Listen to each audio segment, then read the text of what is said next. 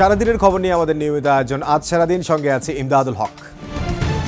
লন্ডনে 4 মাস চিকিৎসা নিয়ে দেশে ফিরে হাজার হাজার নেতাকর্মীর ভালোবাসায় সিক্ত বিএনপি চেয়ারপারসন বেগম খালেদা জিয়া।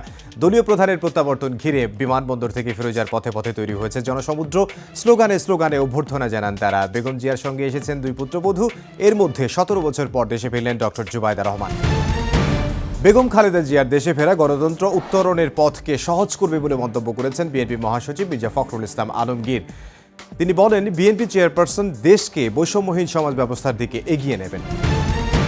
পবিত্র ঈদুল আজহার ছুটি হবে টানা 10 দিন। ক্যাবিনেট সভায় সিদ্ধান্ত হয় এবার 5 জুন থেকে 14 জুন পর্যন্ত ঈদুল আজহার ছুটি থাকবে। তবে 17 ও 24 মে সাপ্তাহিক ছুটির দিন শনিবার সরকারি অফিস খোলা থাকবে।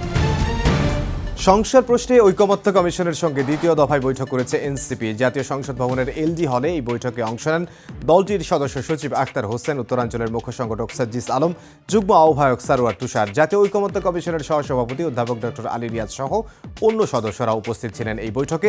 এনসিপি সদস্য সচিব আখতার হোসেন জানান, তারা বিদ্যমান স্বৈরতান্ত্রিক কাঠামোর বিলোপ চায়। আর কমিশনের সহসভাপতি অধ্যাপক ডক্টর আলী রিয়াজ জানান, দ্রুতই জাতীয় সনদের রোডম্যাপ পাওয়া যাবে।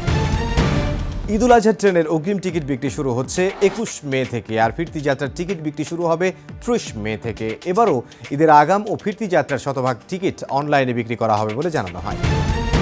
পরিবেশের টেকসই উন্নয়ন এবং স্থিতিশীল অর্থনীতির ন্যায়সঙ্গত উত্তরণে সরকার কাজ করছে বলে জানিয়েছেন পরিবেশ, বন ও জলবায়ু পরিবর্তন মন্ত্রণালয়ের উপদেষ্টা সৈয়দ রিজওয়ানা হাসান। দেশে শিল্প কারখানার উন্নয়নে সরকারের সদিচ্ছা আছে উল্লেখ করে উপদেষ্টা জানান, অন্তর্বর্তীকালীন সরকারের মেয়াদে পরিবেশের ভারসাম্য বিনষ্ট হয় এমন প্রকল্প নিরুৎসাহিত করা হচ্ছে। দেশে বিদ্যুৎ ও জ্বালানির বড় একটি অংশ আমদানি নির্ভর হওয়ায় তা ব্যবহারে সচেতন হওয়ারও আহ্বান জানিয়েছেন তিনি। ভবিষ্যতে শহর হবে নিরাপদ, পরিবেশ বান্ধব ও দুর্যোগ সহনশীল এমন মন্তব্য করেছেন গৃহায়ন ও গণপূর্ত মন্ত্রণালয়ের উপদেষ্টা আদিলুর রহমান খান। মঙ্গলবার সকালে রাজধানীতে একটি 5 তারকা হোটেলে রাজুক ও জায়গা আয়োজিত এক সেমিনারে এমন মন্তব্য করেন তিনি। আগামী দশকে ইতালিতে কমে যাবে 30 লাখ কর্মক্ষম জনগোষ্ঠী। এতে একদিকে যেমন হুমকিতে পড়বে অর্থনীতি, তেমনি খুলে যেতে পারে বাংলাদেশিদের জন্য বৈধ শ্রমবাজারে প্রবেশের অপার সম্ভাবনা। কাশ্মীর ইস্যুতে উত্তেজনা সৃষ্টির পর দ্বিতীয়বারের মতো ক্ষেপণাস্ত্র পরীক্ষা চালালো পাকিস্তান। ফাতাহ 2 পরীক্ষার পর দেশের প্রধানমন্ত্রী শাহবাজ শরীফ বলেন, তারা শান্তিপ্রিয় হলেও আত্মরক্ষা করতে জানেন। এরই মধ্যে বুধবার রাজ্যে রাজ্যে সিভিল ডিফেন্স মহড়ার নির্দেশ দিয়েছে ভারতের কেন্দ্রীয় সরকার। 1971 সালের পর প্রথমবারের মতো এমন পরিকল্পনা নয়াদিল্লির। এদিকে নিরাপত্তা পরিষদের বৈঠকের পর দুদেশকে সর্বোচ্চ সংযম দেখানোর আহ্বান জানিয়েছেন জাতিসংঘের মহাসচিব অ্যান্তোনিও গুতেরেস।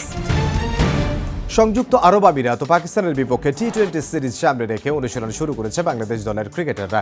প্রথম দিন উপস্থিত ছিলেন 5 জন ক্রিকেটার। এই ছিল আজ সারাদিনে, দেখা হবে আগামীকাল।